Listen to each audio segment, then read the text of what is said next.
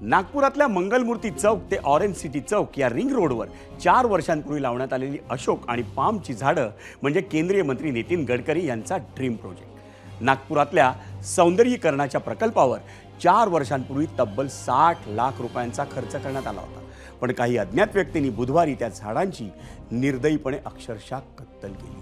नेमकं काय घडलं आणि पूर्ण वाढलेल्या झाडांच्या निर्दयी कत्तलीची जबाबदारी नेमकी कोणाची, पाहूयात एबीपी माझाचा खास रिपोर्ट। हिरवीगार आणि उंचच उंच अशोकाची झाडं म्हणजे नागपुरातील रिंग रोडचं आकर्षण। पण 2 दिवसांपूर्वी भर दिवसा या झाडांची कापणी झाली।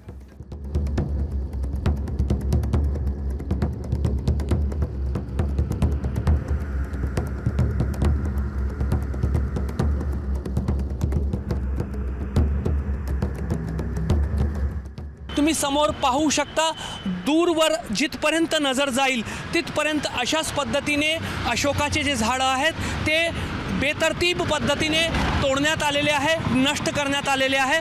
त्यामुळे जे वृक्षप्रेमी आहे आणि जे स्थानिक नागरिक आहे यांनी या संदर्भात तीव्र नाराजी व्यक्त केलेली आहे। काही पर्यावरणवाद्यांनी या संदर्भात राणा प्रतापनगर पोलीस स्टेशनमध्ये तक्रार दिलेली आहे। अज्ञात व्यक्तीविरोधात वृक्षतोडी संदर्भातला हा गुन्हा नोंदवण्यात आलेला आहे आणि हे वृक्ष कोणी तोडले याचा CCTV फुटेजच्या आधारावर पोलिसांकडून तपास सुरू आहे। आता तुमच्या लक्षात आलंच असेल की रिंग रोडवर किती लांबपर्यंत झाडांची कापणी झाली आहे।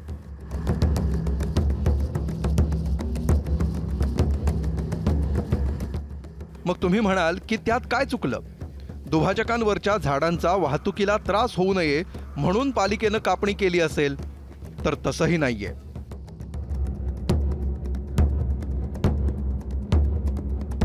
पालिकेनं झाडं आणि त्यांची झालेली कापणी दोन्ही गोष्टींपासून स्वतःला दूर ठेवलंय।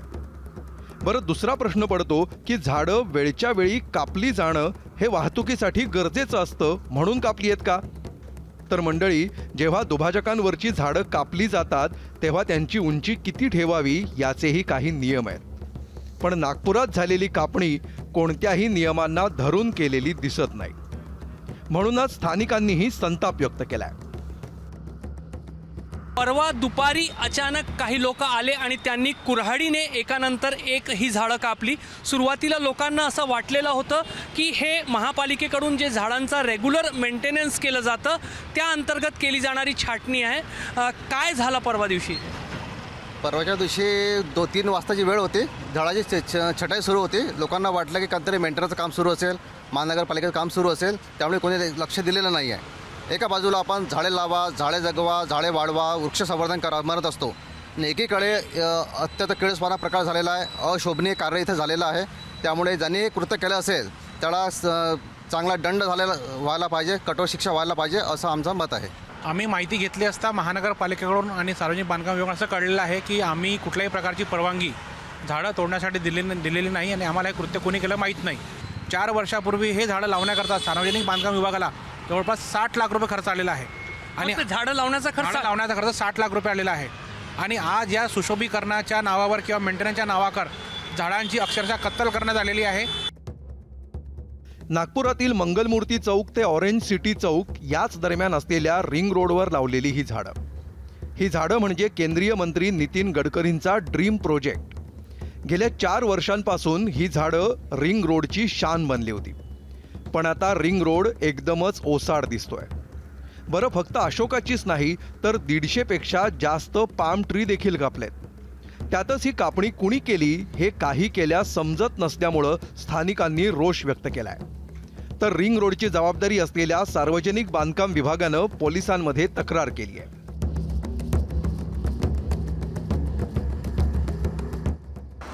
याच्यामध्ये आम्ही ॲक्च्युली छाटणीचा जो प्रकार आहे आम्ही त्यांच्याकडून माहिती घेतली, PWD कडून। त्यांचा जो रेग्युलर छाटणीचं जे काम असतं तर ते अशोकाचं झाड साधारण 12 फूट ते ठेवतात आणि त्याच्यावरचा पाट जो आहे तो कापतात। परंतु या छाटणीमध्ये आता जी छाटणी केलेली साधारण 4 ते 5 फूट फक्त त्यांनी ठेवलेले आहेत आणि बाकी वरचा पाट जो आहे तो कापून टाकलेला आहे।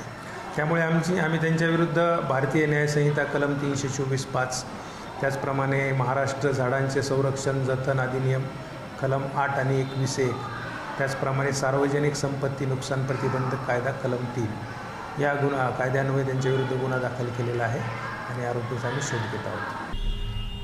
आता डिवायडरवर लावलेली झाडं ही का गायब होतात? कारण की पुन्हा झाडं लावायला पैसे भेटतात. म्हणजे लूट जे प्रशासकीय व्यवस्थेमध्ये चाललेली आहे सरकारची, सरकार आणि प्रशासक याच्या माध्यमातून जनतेच्या पैशाची लूट करायची जी एक पद्धत झालेली आहे, त्या पद्धतीचा हा प्रकार आहे. अज्ञातनं नाही यांनीच ते कापलेली आहे आणि पुन्हा आता झाडं लावायसाठी पुन्हा पैसे देणार. निवडणुका घ्यायच्याच नाही, स्थानिक स्वराज्य संस्थेच्या अजिबात निवडणुका घ्यायच्या नाही आणि म्हणून लूट कशी करता येईल जनतेच्या पैशाची, राज्याच्या तिजोरीत जाणारं, महानगरपालिकेमध्ये येणारे पैसे, जिल्हा परिषदमध्ये येणारे पैसे, नगरपालिकेमध्ये येणारे पैसे, त्या पैशाची डायरेक्ट लूट सरकारला कशी करता येईल आणि म्हणून स्थानिक स्वराज्य संस्थांच्या निवडणुका घ्यायच्या नाही, अशा पद्धतीचा प्रकार आज महाराष्ट्रामध्ये चाललेला आहे. गेल्या 2 महिन्यांचा आढावा घेतला तर एक बाब लक्षात येते, ती म्हणजे कधी काळी ग्रीन सिटी म्हणून देशात ओळख निर्माण केलेल्या नागपूरच्या सौंदर्याला वृक्षतोडीमुळं नक्कीच फटका बसणार आहे. शिवाय प्रशासनाची ही उदासीनता इतकी दिसून येते की शहरातील 550 झाडं कापली जातात आणि त्याचा पालिकेला थांगपत्ताही नसतो. ही देखील दुर्दैवाचीच बाब. नागपुरातील रिंग रोडवर शेकडो झाडांची अशा पद्धतीने अवैध कापणी का करण्यात आली याचा तपास सध्या पोलीस करत आहे आणि त्याचं उत्तर अजून मिळालेलं नाही.